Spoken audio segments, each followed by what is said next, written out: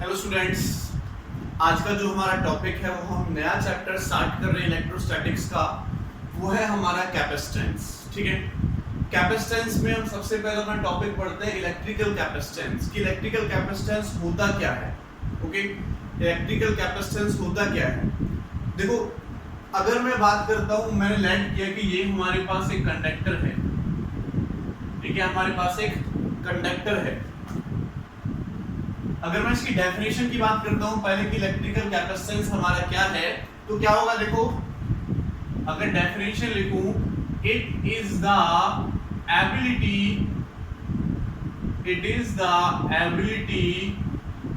To store electric charge और energy of a conductor. क्या ये किसी कंडक्टर की एबिलिटी है कि वो कितना चार्ज स्टोर कर सकता है। It is the ability of a conductor to store electric charge और एनर्जी। किसी कंडक्टर की एबिलिटी की वो चार्ज और एनर्जी स्टोर कर सकता है, उस एबिलिटी को हम बोलते हैं इलेक्ट्रिकल कैपेसिटेंस। क्या बोलते हैं? Electrical capacitance. देखो, अगर मैंने ये यहाँ पर एक कंडक्टर लाइट किया कि ये मेरे पास एक कंडक्टर है।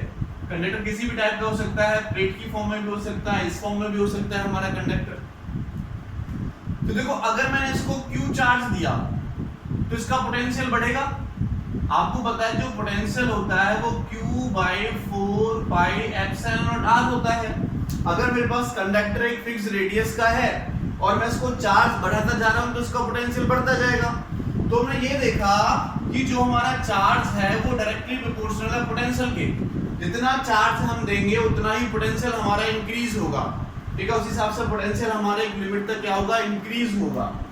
इस प्रोपोर्शन को हटाने के लिए हम एक कांस्टेंट लगाते हैं C एंड V। ठीक है, वेयर जो C है वही हमारे पास इलेक्ट्रिकल कैपेसिटेंस है। क्या है ये? इलेक्ट्रिकल कैपेसिटेंस है। तो क्या लिखा जाएगा बच्चों? C is equal to Q by V। क्या लिखा जाएगा? C is equal to Q by V।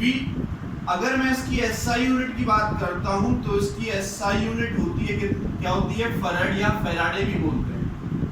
Farad FARAD लिखा जाता है, फैराडे भी बोल देते हैं, नो प्रॉब्लम। और अगर मैं दिखता हूं यहां से, देखो 1 फैराडे, ठीक है, F से नोट करते हैं, किसके इक्वल हो जाएगा? 1 coulomb upon 1 volt. 1 faraday is equal to 1 coulomb upon 1 volt. तो कूलम पर यूनिट वोल्ट में भी अगर हमें कोई क्वांटिटी मिलती है तो वो भी क्या होगी? हमारी कैपेसिटेंस होगी, इलेक्ट्रिकल कैपेसिटेंस होगी। अगर देखो इसका हम डायमेंशनल फार्मूला निकालें, डायमेंशनल फार्मूला तो चार्ज का तो आपको पता है, पोटेंशियल का क्या लिख सकते हो आप? W/Q। पोटेंशियल क्या होता है? वर्क डन अपॉन चार्ज होता है। तो C का कितना होता है बच्चों? 80। चार्ज का क्या होता है? कूलम में चार्ज है तो क्या होता है? 80। पोटेंशियल क्या होता है हमारे पास? चलो Q रहने दो। पोटेंशियल क्या होता है हमारे पास? W/Q। और Q ऊपर जाएगा तो अगेन 80 हो जाएगा। W का क्या होगा? mL/T-2। इसको सॉल्व करो, कितना होगा? M जाएगा ऊपर, M-1 हो जाएगा, L-2 हो जाएगा ऊपर जाके। उसके बाद A2 हमारा है ही और T-2 पर जाएगा, T2 पहले से ही, तो कितना हो जाएगा? T4। ये हमारा इसका डायमेंशनल फार्मूला निकल आएगा।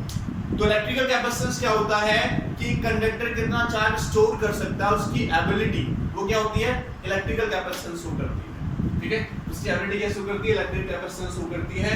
ये हमने इसका जनरल फार्मूला निकाला, इसको हम आगे यूज करेंगे। ओके, चलो आगे बढ़ते हैं बच्चों। अब हमारा यहां पर एक टॉपिक है capacity of an isolated spherical conductor. Topic है हमारा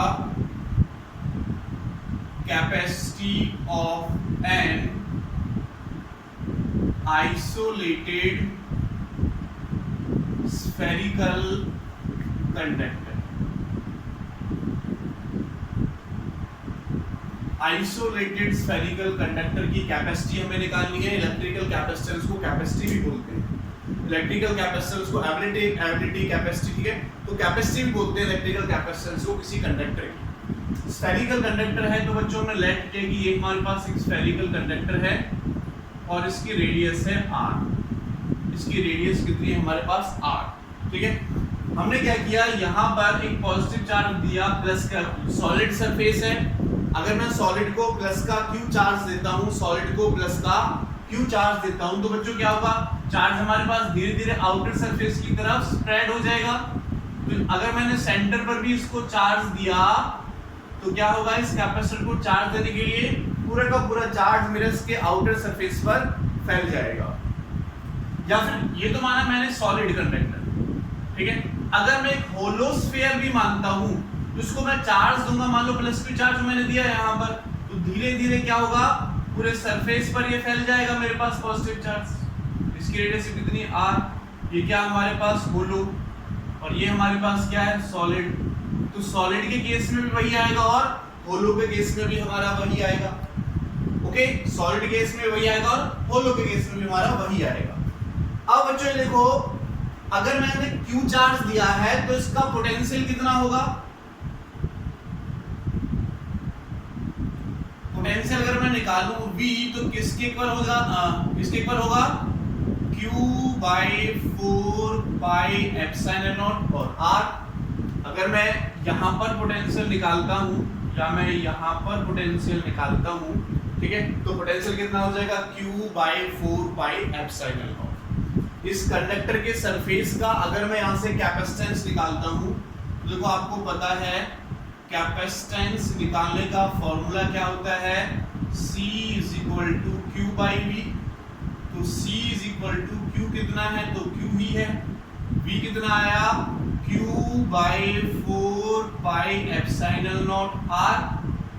तो Q से Q कटेगा, ये ऊपर चला जाएगा, तो C की वैल्यू कितनी आई बच्चों, C की वैल्यू कितनी आई, 4 पाई एप्सिलॉन नॉट R।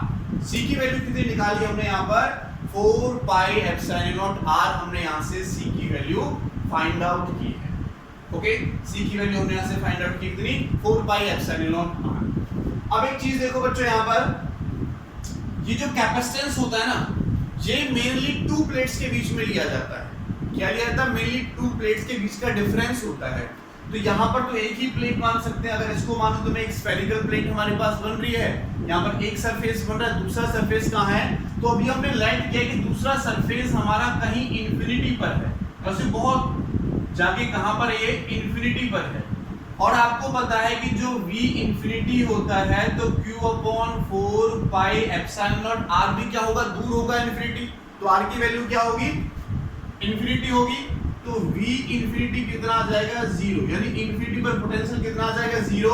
तो ये जो पोटेंशियल हमने निकाला, ये सिंपली क्या लिखा जाएगा, इस सरफेस का मान लेते हैं P point minus V infinity, उसका पोटेंशियल डिफरेंस हमारे पास आएगा ये।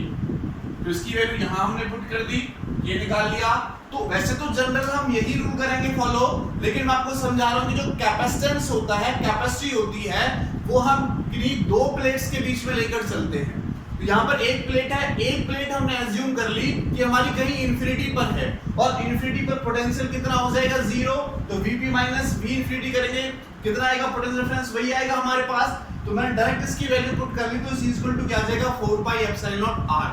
यानी हमारी किस पे डिपेंड कर रही है, रेडियस पे डिपेंड कर रही है। किस पे डिपेंड कर रही है, हमारी रेडियस पे डिपेंड कर रही है। यहाँ से देखो C डायरेक्टली प्रोपोर्शनल आ रहा है बच्चों R की। जितनी ज्यादा रेडियस उतनी ज्यादा कैपेसिटी, जितनी ज्यादा रेडियस उतनी ज्यादा क्या होगी, कैपेसिटी होगी। ये पॉइंट आप याद रखिए, ठीक है। अगर मैं स्फीयर की बात करता हूँ, जितना बड़ा होगा उतनी उसकी कैपेसिटी बढ़ती जाएगी। अब एक क्वेश्चन पूछा गया था सीबीएसई में बच्चों, एक क्वेश्चन पूछा गया था, एक होलो स्फीयर दे रखा था, एक सॉलिड स्फीयर दे रखा था। ये सॉलिड स्फीयर हो गया, ये होलो स्फीयर हो गया। किसकी कैपेसिटी ज्यादा होगी, कौन ज्यादा स्टोर करेगा हमारा इलेक्ट्रिक चार्ज, सोच के बताओ कि कौन हमारा इलेक्ट्रिक ज्यादा स्टोर करेगा। कैपेसिटी किस पे डिपेंड कर रही है, R पर, और रेडियस दोनों की क्या है, सेम। अगर रेडियस दोनों की सेम तो कैपेसिटी भी दोनों की सेम, ना सॉलिड की ज्यादा होगी ना होलो की ज्यादा होगी, दोनों की कैपेसिटी क्या होगी, सेम होगी, क्योंकि कैपेसिटी हमारी किस पे डिपेंड कर रही है, रेडियस पर डिपेंड कर रही है। तो ये फैक्टर आपको याद रखना है। ओके, बात समझ में आपको आ गई होगी। इसको याद रखना है कि हमने जो कैपेसिटी निकाली, एक प्लेट हमने इसकी इंफिनिटी पर एज्यूम कर लिया, दूसरा सरफेस इंफिनिटी पर एज्यूम कर लिया, तब इसको लिखा है। क्योंकि कैपेसिटी हमेशा, जो कैपेसिटी होती है वो दो प्लेट्स के बीच में ली जाती है, दो सरफेसेस के बीच में ली जाती है।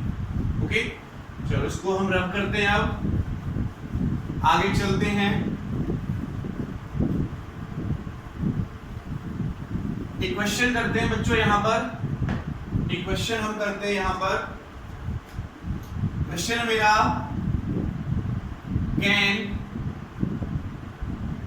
can earth store 1 farad capacitance?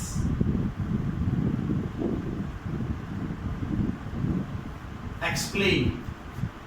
क्या करना है आपको, एक्सप्लेन करना है।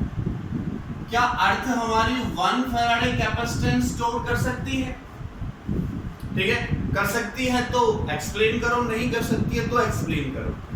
देखो आपको पता है कैपेसिटेंस का फॉर्मूला है 4 पाई एप्सिलॉन r, और आपको याद हो तो अर्थ की रेडियस होती है 6.4 10 to power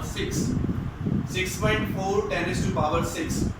अब देखो हमें इस क्वेश्चन में क्या गिवन है, 1 फैराड कैपेसिटेंस, यानी कैपेसिटेंस C की वैल्यू हमें दे रखी है 1 फैराड। तो अगर इस फॉर्मूले में मैं पुट करता हूं तो 1 इक्वल टू क्या आ जाएगा, 4 पाई एप्सिलॉन r। ये तो हमें गिवन है कितना, 1 फैराड दे रखा है, 1 फैराड हमें निकालना है। तो 1 फैराड यहां से अगर रेडियस निकालो तो 1/4 पाई एप्सिलॉन नॉट, और 1/4 पाई एप्सिलॉन की वैल्यू आपको पता है कितनी होती है, 9 × 10⁹ है ना। अर्थ की रेडियस कितनी है, 10⁶। इसकी रेडियस कितनी है, 1 फैराडे कैपेसिटेंस। 1 फैराडे कैपेसिटेंस कौन स्टोर करेगा, जिसकी रेडियस कितनी आ रही है, 9 × 10⁹ मीटर, 9 × 10⁹ मीटर। लेकिन अर्थ की कैपेसिटी, अर्थ की जो रेडियस है वो उससे कम है, तो अर्थ हमारा 1 फैराडे कैपेसिटेंस स्टोर नहीं कर सकती। ठीक है, 1 फैराडे कैपेसिटेंस स्टोर नहीं कर सकती। तो यहीं पर मेरा दूसरा क्वेश्चन भी बन जाता है, find the capacity of earth. Find the capacity of earth. अर्थ की कैपेसिटी निकालो कितनी होती है। देखो अगर मैं अर्थ की कैपेसिटी निकालता हूं तो फॉर्मूला लगा दो, C = 4 pi epsilon not r। C निकालेंगे तो 4 पाई की वैल्यू क्या हो जाएगी, 1/9 × 10⁹ रिवर्स कर देंगे, 1/4 पाई एप्सिलॉन की वैल्यू ये, और इसकी निकालेंगे तो क्रॉस मल्टीप्लिकेशन से इसके नीचे आ जाएगा। तो r कितना है, 6.4 × 10⁶। इसको आप सॉल्व कर सकते हो। इसको सॉल्व करने के बाद हमारे पास जो निकल के आएगा, 3 यहां से होगा, यानी 6.4 / 9 × 10⁻³ इसको सॉल्व कर सकते हो आप। तो ये लगभग आ जाएगा 711 माइक्रोफैराडे। माइक्रो मतलब 10⁻⁻⁶, तो कितना आ जाएगा, 711 माइक्रोफैराडे हमारे अर्थ की कैपेसिटी निकल के आ जाएगी। 1 फैराडे से बहुत कम है। ठीक है, 1 फैराडे अर्थ स्टोर नहीं कर सकती। कितना स्टोर कर सकती है, 711 माइक्रोफैराडे हमारी स्टोर कर सकती है। क्लियर, ये बात आपको समझ में आ गई होगी। छोटे छोटे से हमने 2 क्वेश्चंस डिस्कस किए यहाँ पर। चलो तो नेक्स्ट क्वेश्चन की तरफ हम चलते हैं। एक क्वेश्चन और लेते हैं। हमें क्या क्वेश्चन है, हमें क्वेश्चन दे रखा है। क्वेश्चन क्या है लिख देता हूं मैं, 27 drops of same size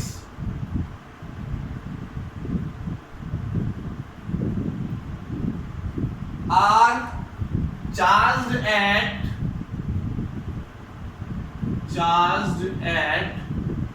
220 volt.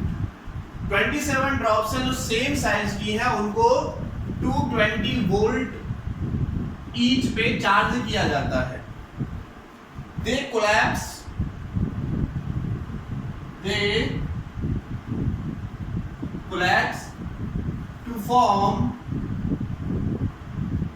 to form a bigger drop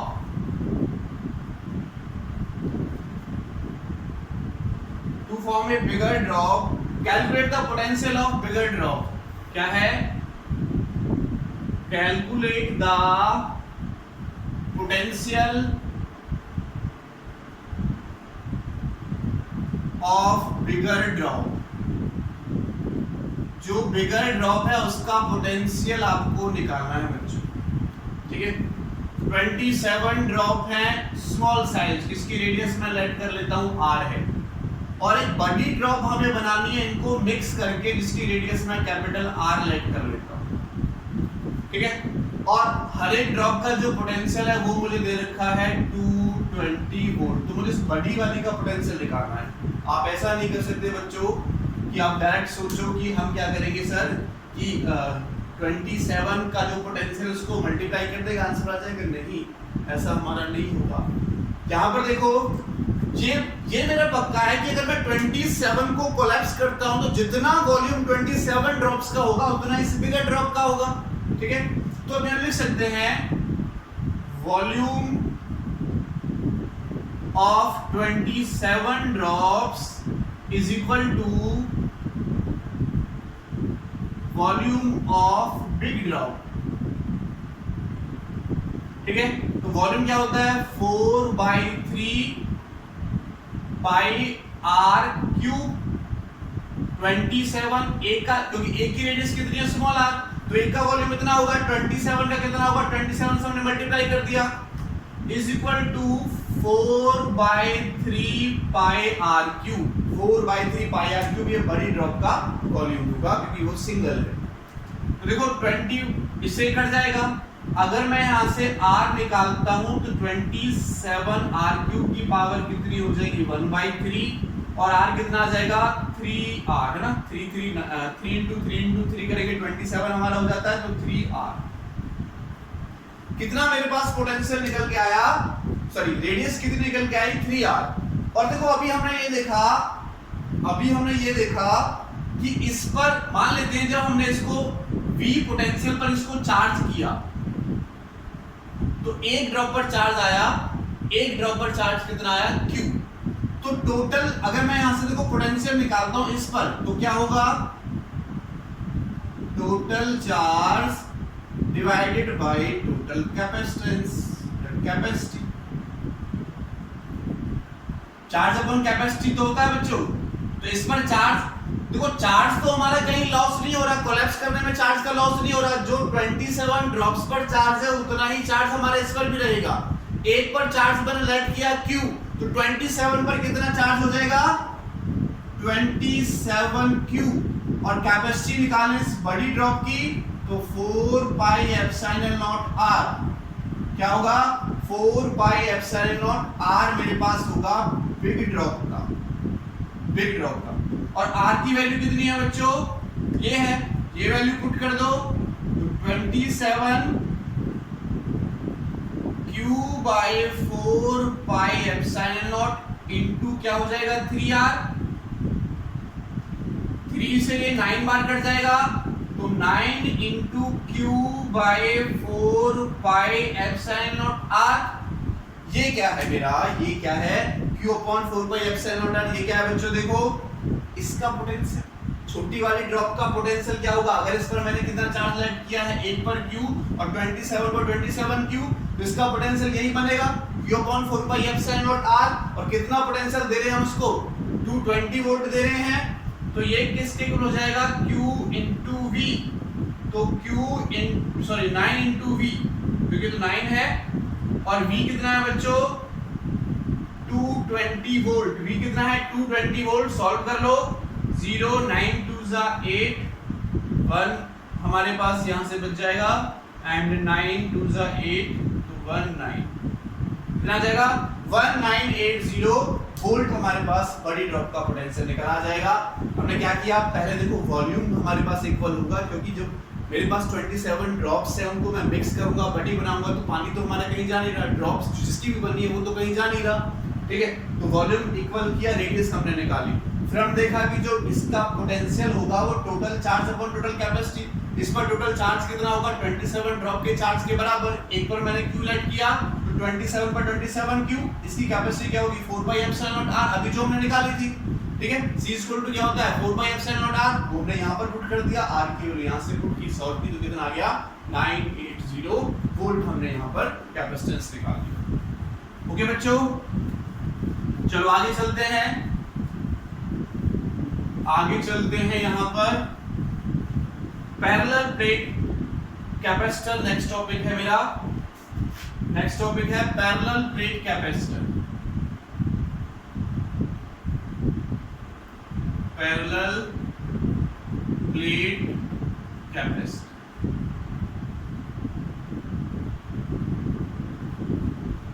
हमने लाइक किया कि हमारे पास ये दो प्लेट्स हैं। ठीक है, तो थोड़ा सा ऐसे करके मैं दिखा देता हूं, इस टाइप से हमारी ये प्लेट है, ये दो प्लेट। हम जनरली डिनोट क्या करते हैं, एक लाइन हमने ऐसे ड्रॉ कर दी और एक लाइन ऐसे ड्रॉ कर दी, जनरली यही हम लेकर चलते हैं। मैंने लाइक किया, इसकी सरफेस चार्ज डेंसिटी है सिग्मा और इस पर चार्ज प्लस का क्यू। ओके, इस पर चार्ज प्लस का क्यू और इस पर चार्ज क्या होगा माइनस का। तो सिंपल मैं ऐसे ही शो कर रहा हूं, बस आपको दिखाने के लिए मैंने बनाया था। प्लस क्यू है तो इसकी डेंसिटी क्या हो जाएगी माइनस सिग्मा, इन दोनों के बीच का डिस्टेंस मैंने डी लाइट किया। Plate area of each plate, area of each plate वो है ए। इस वाली प्लेट का भी एरिया, इस वाली प्लेट का भी एरिया कितना लाइट किया, मेरे पास ए है, दोनों के बीच का सेपरेशन डी है। इस पर हमारे पास सरफेस चार्ज डेंसिटी सिग्मा, इस पर surface charge density minus sigma, इस पर चार्ज प्लस का क्यू, इस पर चार्ज माइनस का। हमने, आपको याद हो तो इलेक्ट्रिक फील्ड इंटेंसिटी हमने एक प्लेट की वजह से निकाली थी। एक प्लेट की वजह से इलेक्ट्रिक फील्ड इंटेंसिटी कितनी आई थी, एक प्लेट की वजह से इलेक्ट्रिक फील्ड इंटेंसिटी कितनी आई थी सिग्मा अपॉन 2 एप्सिलॉन नॉट। अगर देखो इनके बीच में मैं निकालता हूं, इनके बीच में मुझे इलेक्ट्रिक फील्ड इंटेंसिटी चाहिए तो प्लस से तो जाएगी और इसकी तरफ जाएगी, तो दोनों क्या होंगे ऐड होते हैं। याद हो तो हमने एक्सप्रेशन कराया था, तो जो इलेक्ट्रिक फील्ड होगी, इलेक्ट्रिक फील्ड इंटेंसिटी ये सिंगल की वजह से होती है। ठीक है, बिटवीन द प्लेट्स कितनी होगी बच्चों, double of sigma upon 2 epsilon naught, तो क्या बचेगी सिग्मा अपॉन 2 एप्सिलॉन नॉट, मेरे पास इलेक्ट्रिक फील्ड इंटेंसिटी। अगर मैं प्लेट्स के बीच का पोटेंशियल डिफरेंस निकालता हूं, पोटेंशियल डिफरेंस बिटवीन प्लेट्स, तो पोटेंशियल डिफरेंस V किसके इक्वल होता है इलेक्ट्रिक फील्ड इनटू D। आपको ये फॉर्मूला याद होगा, V is equal to dV upon dr, E is equal to dV upon dr। तो ये V है, यहाँ पर ये D है, V निकालूंगा तो क्या हो जाएगा E इंटू D। ठीक है, तो V is equal to E, E की वैल्यू पुट कर लो सिग्मा अपॉन 2 से 2 कटेगा, सिग्मा अपॉन एप्सिलॉन नॉट आएगा, तो sigma upon epsilon naught into D। Okay, अगर मैं कैपेसिटी निकालता हूं, या कैपेसिटेंस भी बोल सकते हैं, capacity of parallel plate capacitor, तो C किसके इक्वल होता है चार्ज अपॉन पोटेंशियल, यही तो होता है Q equal to charge upon potential. Charge कितना है बच्चों, चार्ज कितना है हमारा, Q मान रखा है मैंने capital Q, divide by potential कितना। अच्छा यहां से ये, और देखो बच्चों ये सरफेस चार्ज डेंसिटी, तो सरफेस चार्ज डेंसिटी किसके इक्वल होती है charge upon area, epsilon not इसके नीचे ही है। सरफेस चार्ज डेंसिटी सिग्मा क्या होती है चार्ज अपॉन एरिया, तो यहां पर हम पुट कर देंगे Q by A epsilon naught into D, तो Q से Q कटेगा, ये A एप्सिलॉन नॉट मेरा ऊपर चला जाएगा, तो C की वैल्यू कितनी आई epsilon naught A by D। C की वैल्यू कितनी आई epsilon naught A by D। Capacity हमारे पास ये आ गई। अब यहां पर एक चीज देखो, अगर मैं लाइट करता हूं कि इस कैपेसिटर के अंदर इन दोनों प्लेट्स के बीच में मैंने एक डाइइलेक्ट्रिक स्लैब पुट या डाइइलेक्ट्रिक मटेरियल पुट कर दिया, क्या पुट कर दिया डाइलेक्ट्रिक मटेरियल। तो अगर मैं इनके अंदर डाइलेक्ट्रिक मटेरियल पुट करता हूं जिसका डाइलेक्ट्रिक कांस्टेंट मान लेता हूं मैं K। डाइलेक्ट्रिक कांस्टेंट कितना है K? आपको पता है इसके अंदर मीडियम आ गया तो हमारे पास जो रिलेटिव परमिटिविटी या K होती है, ठीक है, वो किसके इक्वल होती है? मीडियम अपॉन फ्री स्पेस के लिए। Electrical permittivity of the medium to the electrical permittivity of the free space. अगर मैं यहां से मीडियम के लिए निकालता हूं तो क्या हो जाएगा? K epsilon naught. तो देखो मैंने ये पुट कर दिया, पुट करूंगा तो मेरे पास जो कैपेसिटेंस मीडियम के लिए बनेगा तो क्या हो जाएगा? CMA/D। तो मीडियम के लिए अगर मैंने इसके अंदर मीडियम प्लेट कर दिया, पुट कर दिया है, यानी डाइलेक्ट्रिक मटेरियल पुट कर दिया है, तो क्या हो जाएगा? CMAD, ठीक है, सॉरी एप्सिलॉन MAD। तो एप्सिलॉन M किसके इक्वल है? K epsilon naught. तो कितना हो जाएगा ये? K epsilon not A/D। और क्या लिख सकते हैं? K epsilon not A/D C के इक्वल, यानी K टाइम्स ऑफ C के इक्वल हो जाएगा। अगर मैं एक पैरेलल प्लेट कैपेसिटर के अंदर कोई डाइलेक्ट्रिक मीडियम पुट कर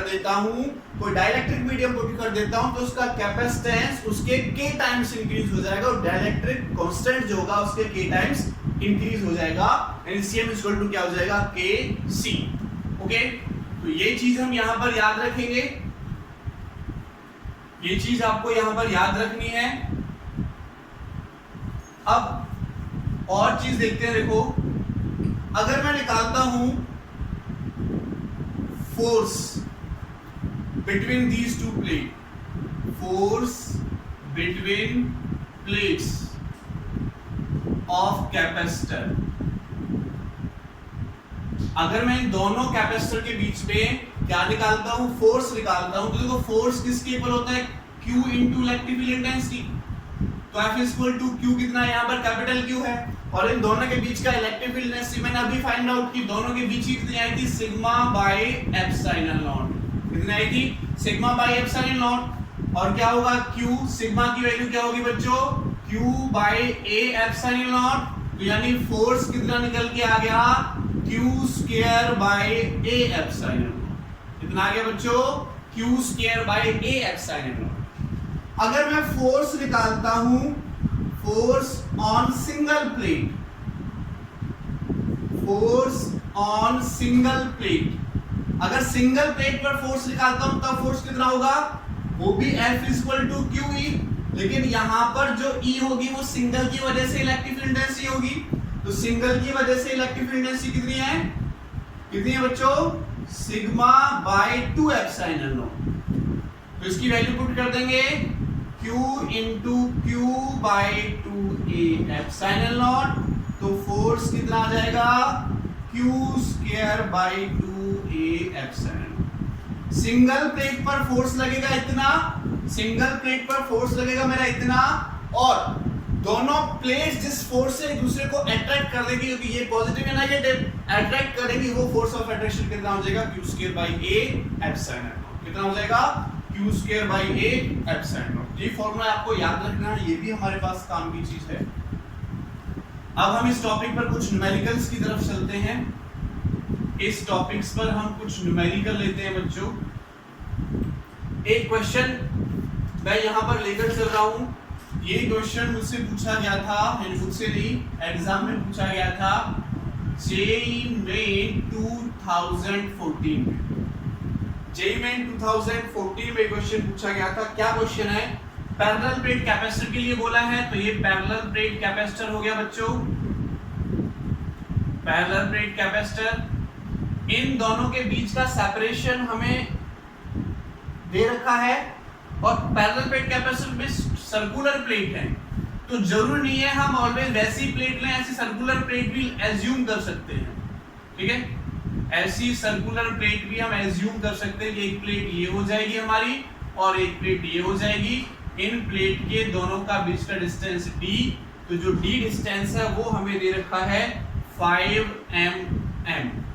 और क्या बोल रखा है कि दोनों प्लेट्स के बीच में हमने एक डाइलेक्ट्रिक मटेरियल रखा जिसका डाइलेक्ट्रिक कांस्टेंट है 2.2। डाइलेक्ट्रिक कांस्टेंट कितना है? 2.2। और इनके बीच में जो इलेक्ट्रिक फील्ड इंटेंसिटी है उसकी वैल्यू भी हमें दे रखी है 3 × 10⁴। पूछता है the charge density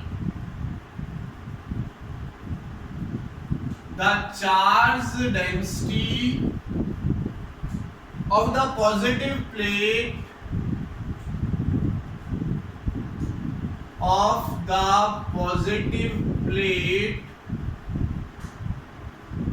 will close to option हमें गिवन है क्वेश्चन में, क्या है 3 × 10⁴ कूलम पर मीटर स्क्वायर।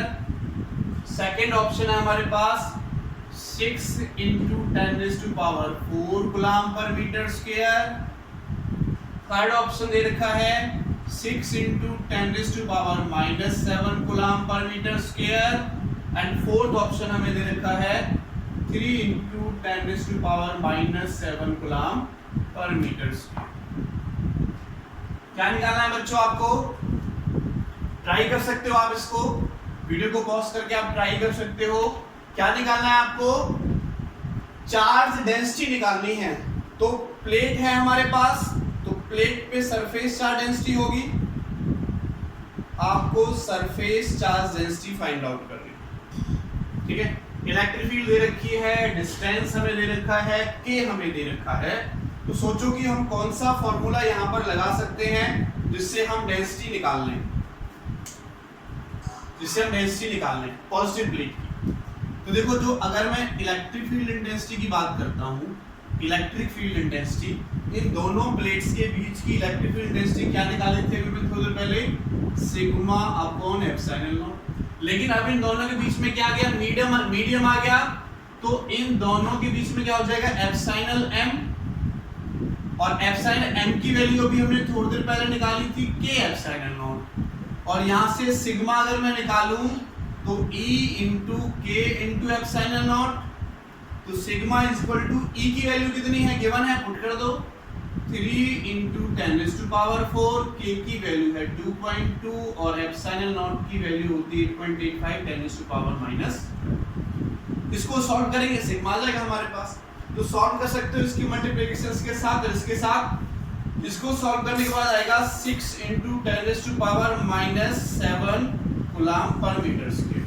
तो देखो कौन सा ऑप्शन है हमारे पास? Third option. ओके, तो जरूर नहीं है डिस्टेंस अगर हमें दे रखा है तो डिस्टेंस का क्वेश्चन में यूज ही हो, ये नेसेसरी नहीं है। नहीं भी हो सकता है कि उसका यूज करने की हमें जरूरत नहीं पड़े। हमें ये देखना है कि हमें क्या दे रखा है, क्या यूज करना है। आपको पता है इन दोनों के बीच में जो इलेक्ट्रिक फील्ड इंटेंसिटी होगी वो कितनी होगी? σ/ε0। अगर मीडियम नहीं है, मीडियम है तो ε/m की वैल्यू हमने पुट कर दी, सॉल्व कर दिया क्वेश्चन। ओके, चलो अब नेक्स्ट क्वेश्चन की तरफ हम चलते हैं। नेक्स्ट क्वेश्चन हम लेते हैं यहां पर, नेक्स्ट क्वेश्चन हम करते हैं यहां पर। हमें क्वेश्चन दे रखा है कि ये हमारे पास एक कैपेसिटर है और इस कैपेसिटर का जो एरिया है वो 100 सेंटीमीटर स्क्वायर हमें गिवन है। और यहाँ से आप देखिए जो हमें डिस्टेंस दे रखी है जिसको मैं d1 मानता हूँ, तो d1 डिस्टेंस हमें दे रखा है 0.5 mm। ठीक है, अब हमें एक दूसरा कैपेसिटर दिया हुआ है। इस दूसरे कैपेसिटर का जो एरिया है इसको A1 मान लेते हैं, ये A2, ये हमें दे रखा है 500 सेंटीमीटर स्क्वायर और ये डिस्टेंस D2। ये डिस्टेंस क्या है? D2। क्वेश्चन क्या गिवन है? If these two capacitors have same charge, if these two capacitors have same charge and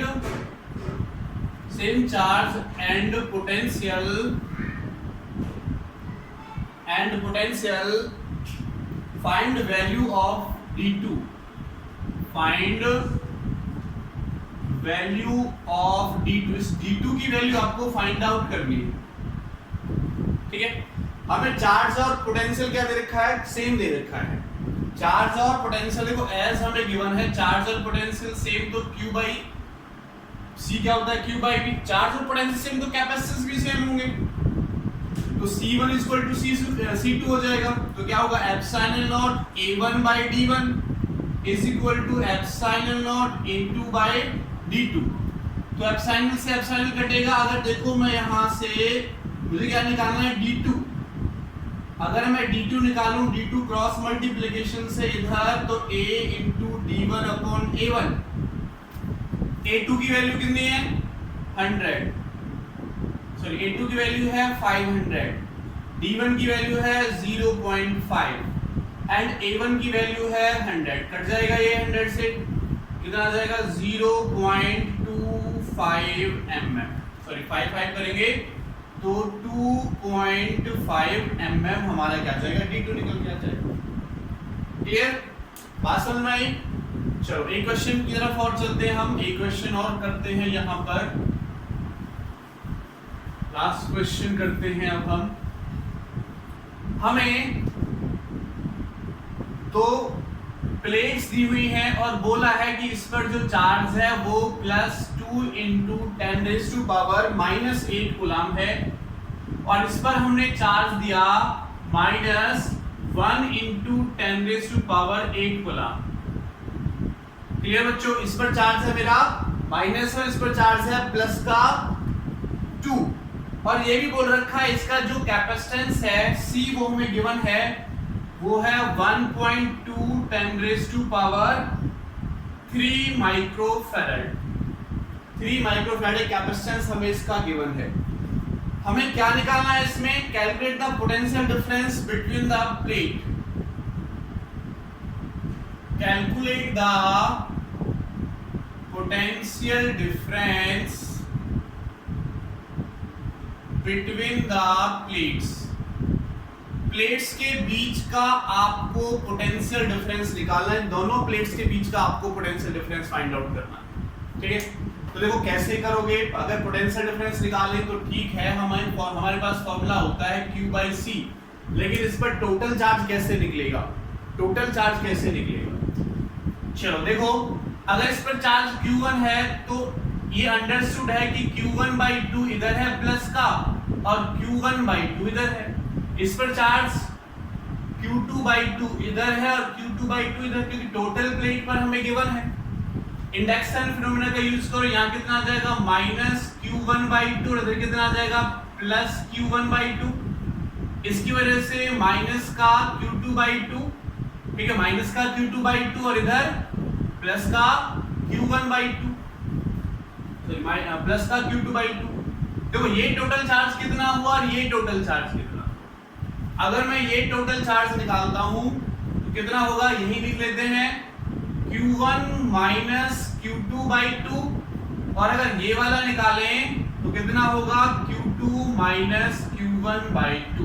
values put कर दो, देखो यहाँ पर q1 कितना है 2 माइनस 1, माइनस माइनस क्या हो जाएगा +1 डिवाइड बाई 2, माइनस का है, माइनस का 1 पुट करना पड़ेगा इंटू 10⁻⁸।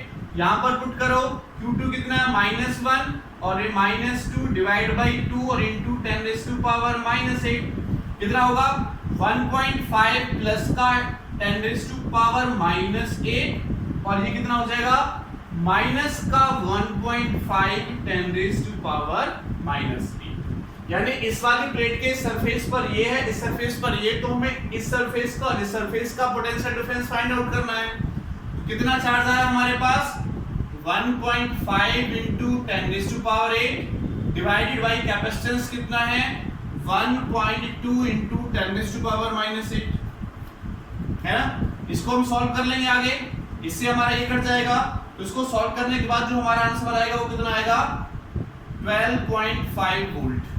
ठीक है, पॉइंट से पॉइंट कटेगा, इसको सॉल्व कर लोगे आप 12.5 वोल्ट हमारे पास यहाँ से आंसर निकल के आ जाएगा। सॉरी